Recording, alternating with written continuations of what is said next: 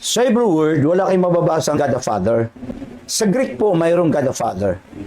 After na nahulog ang tao sa kasalanan, naroon na ho ang hula na ang Diyos ay ipako sa krus.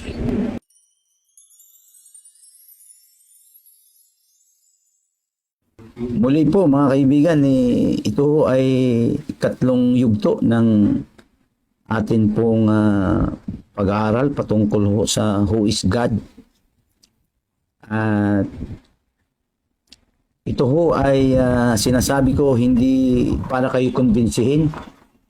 Hindi po. Ito po ay ituturo ko sapagkat nais ko pong i-strike sa Satanas at ang kanyang mga imitaris. Wala kaming hangad na kayo ay papaniwalain namin sa aming mga sinasabi. Hindi po. Wala kaming pakialam diyan. Ang gusto lang ho namin na malaman po ng mga emisaris po ni Satan kung ano po talaga ang Biblia at sino po ang Diyos.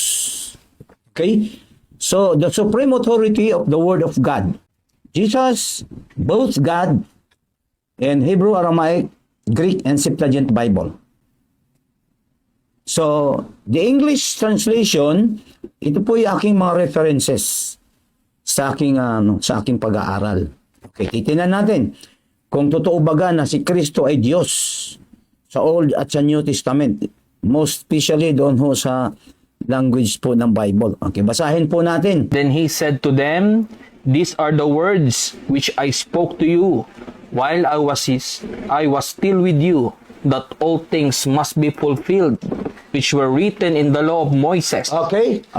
So, this is the law of Moses, Torah. Next. And the prophets. Okay. This is the prophet. Nibyen. And the Psalms. Okay. This is the Psalms, writings. Kito bien. Concerning me. Yes. So, the interesting word is the pronoun word, me. Patungkol sa kanya. Parang napaka-masalimot namang isipin na kung ang Panginoong Hesus ay hindi Diyos at ang Ama ang tunay na Diyos sa langit, beti ka muna. Ito at ang Kristo ay nagluluko eh. Isipin mo, sinabi niya patungkol kay Moses. Kagaya ng tanong ni Sister Camille, si Kristo ba ay nasa Old Testament? Ay si Kristo ay nasa New Testament eh. Bakit maging Diyos siya ng Old Testament? Ay siya nga ay nagpakilala sa New Testament. Binasa ho natin, sinabi ni Dr. Lucas, patungkol sa kanya, ang Torah, Genesis, Leviticus, Numbers, and Deuteronomy. And then regarding major and minor prophets. And then regarding writings. So, sino ang Diyos? Yan ho'y sa pa lamang, sa reference pa lamang po ng English translation. Now, nakalagay sa Genesis, in the beginning God, Elohim, created. Bara. So, ibig sabihin, mayroong creator. Sino yung creator? O binasa natin, sino yung God? Napatunayan na ang Diyos ay ang Panginoong Hesus. Sapagkat yung Old Testament ay binanggit niya patungkol sa kanyang sarili, concerning me. Okay, titingnan natin kung sino ang creator. Nabasa natin na ang Diyos ang Panginoong Hesus. Basahin natin sa Colossians 1:16 kung sino po yung creator. Colossians 1:16, "For by Him all things were created that are in heaven and that are on earth, visible and invisible, whether thrones or dominions or principalities or powers. All things were created through Him and for Him." Look, sino yung tinatawag doon na he, third person, singular pronoun? Sino yung God doon sa Genesis 1:1? Saan ka makakita sa mundo na ang creator ay dalawa? Hindi maaari na ang Diyos ay dalawa. Itong amin pong pagtuturo, hindi po ito para kung kukumbinsihin kayo. Ang amin pong trabaho, sasabihin po namin sa inyo ang totoo. Maniniwala man kayo't hindi, hindi ho sasakit ang aking tiyan. Hindi rin sasakit ang tiyan ng Diyos. Huwag lang po kayong mamamatay. Kasi may impyerno po. 99% no, of the people do not believe that Jesus Christ is God. You know, they are Docetics and Gnostics. Those groups are Doceticism and Gnosticism. Mayroon po silang tinatawag na depensa. May tinatawag po na thesis. Ano po ang kanilang depensa? The basic thesis or defense of such groups were that if Jesus suffered, he was not divine. If he was God, he would not suffer. Yun po ang sitwasyon ngayon. Kaya hindi po naniniwala ang mga tao. No, ngayon, naniniwala ka na si Kristo ay Diyos. Hindi ka naman sumusunod sa salita ni Kristo, hindi rin ho kayo naniniwala na si Kristo ay Diyos. Kasi kung naniniwala kayo, susundin ninyo. May nagsasabi, isang pastor, ayaw ko na lang kung banggitin kung anong grupo, no? Ang sabi, wala nang katotohanan niyang Hebrew, Aramaic at Greek na yan, Septuagint. Sinunog na yan eh. Sinunog na daw. Grabe naman oo. Bakit itong Hebrew University sa Jerusalem buhay pa hanggang ngayon? Kung sinunog na, sa daming nag-aaral, kamahal pa ng tuition. Ang sinunog, para maintindihan mo, sino ka man, ang sinunog, ay yung translation po ni John Wycliffe, ni Dale at saka ni the other one, Tyndale. Ito po yung sinunog. Kasi, bakit sinunog? Kalaban ho ng King James Version translation. Yan po ang history. Hindi po yung sinunog, yung original language ng Biblia. That's why Jesus Christ is not God. Because He suffered on the cross. So, 2,000 years ago. Hey, 2,000 years ago up to now, Jesus Christ is not God. Yun ang katotohanan. Hindi talaga siya Diyos. Marami po ang nagsasabi na ang Diyos ay ang Ama. Mayroon namang nagsasabi, hindi. Si Jesus. Mayroon, hindi, ang Holy Spirit. Mayroon nagsabi, ang Diyos ay isa. Deuteronomy 6:4, tingin mo Israel, there is only one God. Hindi. Marami ang Diyos. Alam nyo, kawawa ho yung mga tao nalilito sa inyo. Mag-start po tayo sa English name of God. Bago tayo pumunta doon sa original names of God. Para maintindihan natin. Yung pangalan ng Diyos sa English, I am that I am. God, Lord, all capitalized. And then Almighty, and then Mighty God. Jesus Christ, Emmanuel, Most High God, Jehovah. Jehovah is the highest name of God. High God, God Almighty, and God Most High. Now, unahin muna natin kung sino po ang Diyos. Yung Ama baga o yung anak? Alam nyo, sa Hebrew word, wala kayong mababasa ang God the Father. Sa Greek po, mayroong God the Father. No? Para ho maintindihan natin. Kasi halos lahat po ay pinaniwalaan ay ang Diyos yung Ama. Si Jesus Christ po ay hindi Diyos. Kawawa naman ang Panginoong Hesus Magsisimula po tayo sa pinakaunang problema po ng tao. Dito ho nagsimula yung problemang magaling sa buhay po ng tao.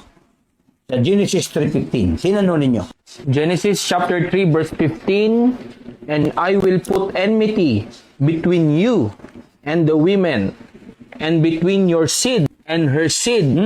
He shall bruise your head, and you shall bruise his heel. Tingnan ninyo. Ha?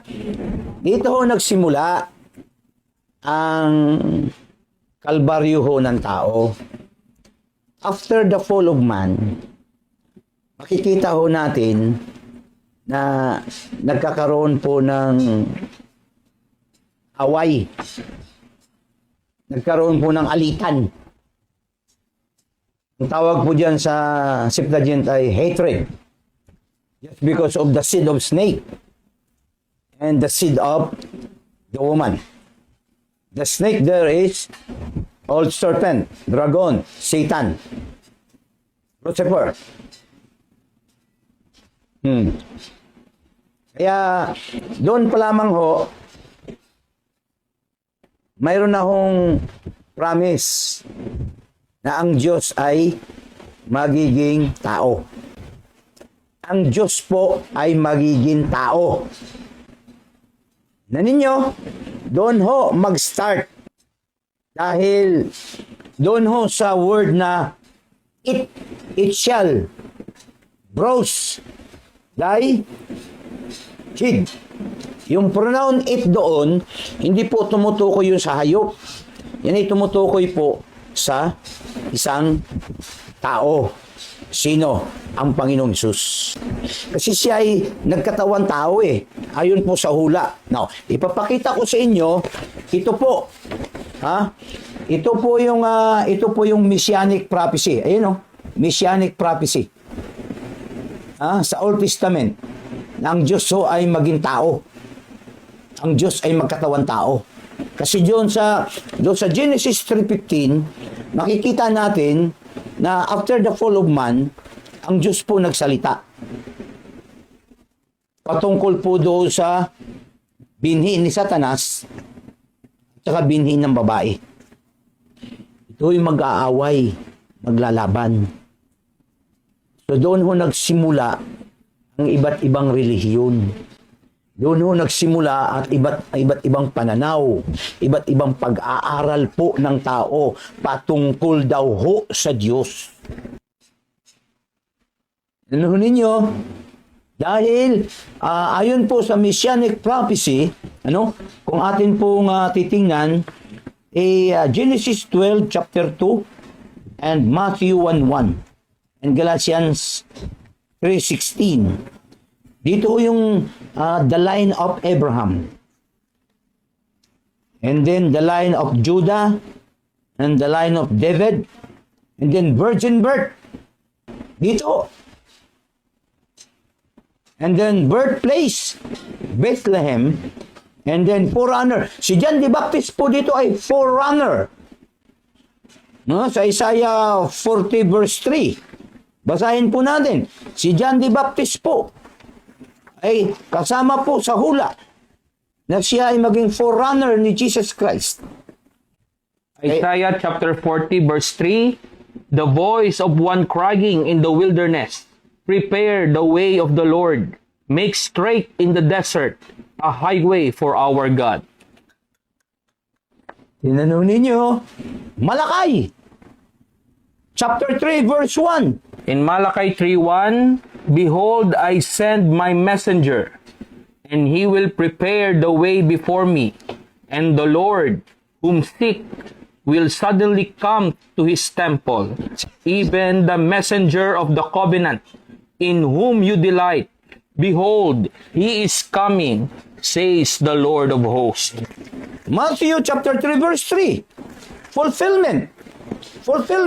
Matthew chapter 3 verse 3, for this is he who was spoken of by the prophet Isaiah, saying, the voice of one crying in the wilderness, prepare the way of the Lord, make his path straight. Sino ang ating Panginoon? Hindi pa ipinanganak si John. Hindi pa ipinanganak ang Panginoong Hesus. Naroon na.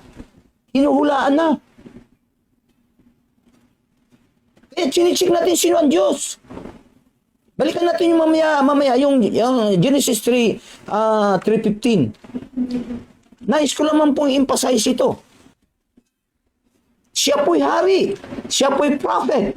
Siya po'y priest.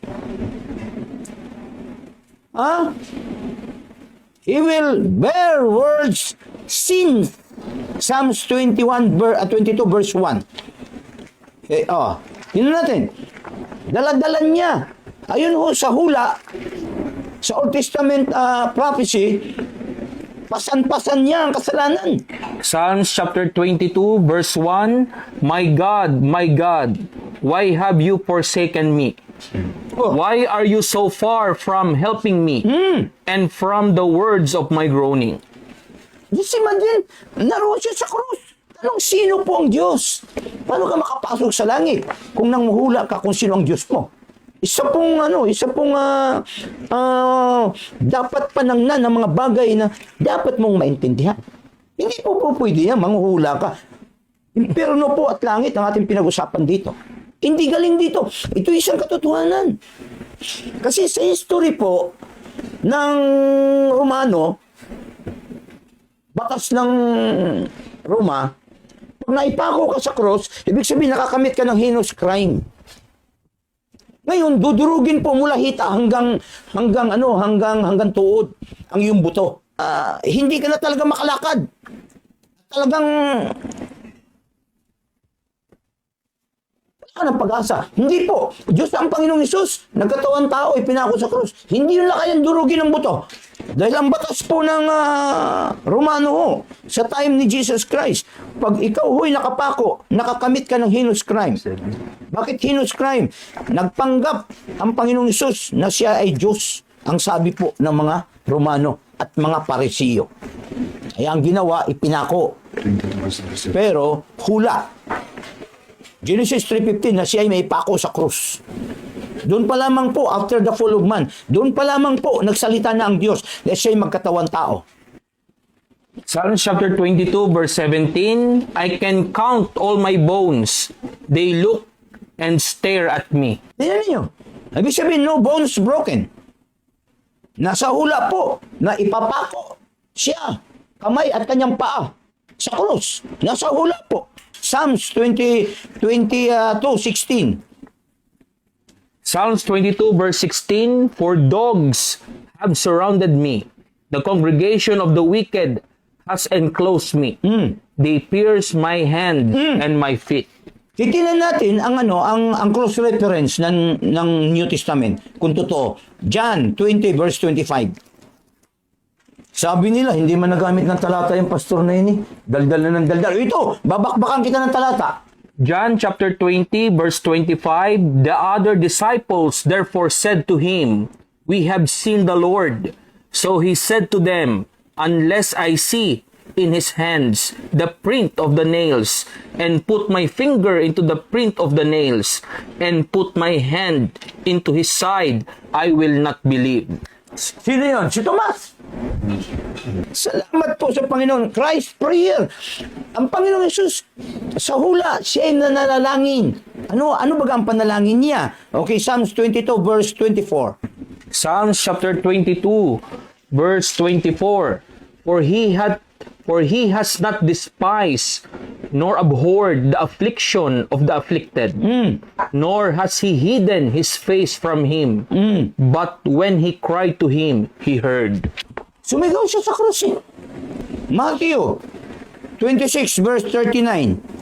Matthew chapter 26 verse 39, he went a little farther and fell on his face and prayed, saying, O my Father, if it is possible, let this cup pass from me.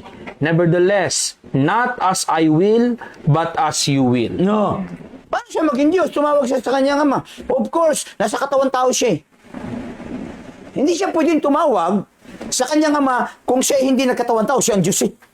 Nung siya nagkatawan tao, of course, depende siya sa kanyang ama. Bakit? Human body siya. Nabuhay siyang muli. Hindi pa nga siya ipinanganak, nabuhay na siyang muli. Bakit? Hula nga eh. O, titignan natin. Saan ba kayo makikita yun? Psalms 16 verse 10. 22 verse 22. Unahin muna natin, Psalms 16 verse 10. Resurrection. Nabuhay. ang Panginoong Sus. Sige. Psalm 16 verse 10, For you will not leave my soul in Sheol, nor will you allow your Holy One to see corruption. Matthew 28 verse 6. Matthew chapter 28 verse 6, He is not here, for He is risen. As He said, Come, see the place where the Lord lay. Yun ho ay hinuhulaan po ng Biblia thousands and thousands of years. Nangyari po, natupad po sa New Testament. Okay, yun hong pag-akyat sa langit. Umakyat sa langit ang Panginoong Sus. After His resurrection, o 68:18 ng Psalms. Psalm chapter 68 verse 18, You have ascended on high. You have left captivity captive. You have received gifts among men, and from the rebellious, that the Lord God might dwell there. Hindi niyo ba napapansin, Sister Emma, ito ay ginagamit po ng mga UPC, yung nanghingi. Na humingi ng kaloob sa gitna ng karamihan. Yun po ay yung pinag-usapan po doon ay salvation. Salvation ang pinag-usapan doon. Dalawa doon ang ginagamit, Doron at saka Doma. Ibig sabihin, spiritual gift, makita natin yan sa Ephesians. Basahin natin sa Ephesians. Cross-reference. Nagbigay siya ng Ephesians chapter 4 verse 8, Oh. Therefore he says, when he ascended on high, Yes? he led captivity captive and gave gifts to men. Verse 9, Now this, he ascended. What does it mean? But that he also first descended into the lower parts of the earth? Verse 10, He who descended is also the one who ascended far above all the heavens, Yes. So, that he might fill all things. yes. Kasi, yung kasing ginagamit yan na gifts, na ibig sabihin, salvation yun, spiritual gift. Ang ginawa ng mga UPC na yan, nangihingi, kasi yung gift doon ginagawang material. Ang atin niyang sawatain ang mga bagay na yan, para po ay makikita po ni Satanas na mga pinagagawa pong mali. Ha? So, ito po yun, ha? Ito po yung messianic prophecy na ang Panginoong Hesus ay bago siya nagkatawang tao, hinuhulaan po siya na siya ay magiging tao. Why? Doon sa Genesis, balikan po natin. Ha? Balikan po natin. Kasi ang atin hong subject matter dito is who is God. So, makikita natin na mga kaibigan na yung word dito na you second person, 'di ba? Si Satan, the snake. And then yung woman dito ay si Eve. And then between your seed, look, hey, this is a spiritual descendant of Satan. Si Satan ba may asawa? Nagkakaroon ng binhi ito. Si Jesus ba may asawa? Wala, nagkakaroon ng binhi ito. Kaya po ito ay spiritual descendant of Satan and spiritual descendant of Jesus. Now, look, the spiritual descendant of Satan, John 8:44. And Ephesians chapter 2 verse 2. John chapter 8 verse 44, You are of your father the devil, and the desires of your father you want to do. He was a murderer from the beginning, and does not stand in the truth, because there is no truth in him. When he speaks a lie, he speaks from his own resources, for he is a liar and the father of it. Ephesians 2 verse 2. In Ephesians chapter 2, verse 2, in which you once walked according to the course of this world, according to the prince of the power of the air, the spirit who now work in the sons of disobedience. Spiritual descendants of Satan, according to Jesus Christ. Jesus Christ, our Lord and Savior, strike Satan and his emissary. Religions contrary to the doctrine of Christ and the Bible. Ito ho yung inatake ni Jesus Christ. Now, your seed, referring to the seed of the woman. Those who are in the family of God, the true church of Christ. Matthew 16:18, Ecclesian, not ecclesia. This is the true church of Jesus Christ with the Greek grammatical construction or explanation in a Greek grammar. Matthew 16:18, and I also say to you that you are Peter, and on this rock I will build my church, and the gates of Hades shall not prevail against it. Yun po yung yun po yung promise ng Diyos. No? After na nahulog ang tao sa kasalanan, naroon na ho ang hula na ang Diyos ay ipako sa krus. Ang Diyos magkatawan tao. Ipapako sa krus. Genesis 3:15 po. Kaya nga po, pagdating sa Genesis 6:5, may sinabi po ang Panginoon. Tingnan ninyo, Genesis 6:5, may sinabi ang Diyos. In Genesis 6:5, then the Lord saw that the wickedness of men was great in the earth, and that every intent of the thoughts of his heart was only evil continually. Oh, just because of Genesis 3:15, after the fall of man. Naroon na ho nagkalitsi-litsi na ho ang isip ng tao eh. Nagawa na ho ng sarili ng kaparaanan. Nagawa ng sarili ng pagpapaliwanag. Hindi na sila naniniwala sa language ng Diyos. Ang pinaniwala ng language ng tao. Pag pinag-aralan natin ang original, nagagalit. Mayabang daw. Alam mo, kung siya lang marunong. Kung talaga kayong pastor ni Kristo, susunod kayo sa salita ni Kristo. Ano ba salita ni Kristo? Hebrew, Aramaic at Greek. And Septuagint, bakit ayaw natin sundin? Bakit nagagalit? Mahal na mahal mo yung lingwahe ng tao. English Bible, lingwahe ng tao yan. Hindi ang lingwahe ng Diyos. Ang lingwahe ng Diyos, ito po. Sinabi ng Panginoong Hesus, yung Torah, Nibiem at Kibyen. Septuagint, yun ang language ng Diyos. Hey, baka naman ikaw pastor, hindi kay Kristo. Ang sabi ng Panginoon, I will build my church. Satan, religions. Ini-strive nga ni Jesus Christ eh. Ano ba yung grupong yun? Pariseo, Sadduceo, Scribes, and Essenes. Ito yung tinutukoy nilang Christian. Sabi ng Panginoon, Hoy, yung inyong Diyos ay Satanas. Atin nun titingnan yung Isaiah 7:14. Titingnan natin kung ano po ang sinasabi. In Isaiah 7:14, therefore the Lord himself will give you a sign. Behold, the virgin shall conceive and bear a son, and shall call his name Emmanuel. Sino yung Diyos? And the God himself. Sino yung God doon? Sino? Sasabihin mo, yung Ama. Sino yung God doon?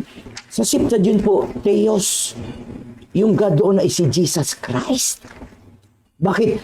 The God himself give a sign, sign, O-T-H, sa Hebrew word. Saan galing yun? Doon ho sa Theos. And then, virgin, Alma. Hindi ho ginamit ho ang Bitula. Bitula, ibig sabihin, either marriage or virgin.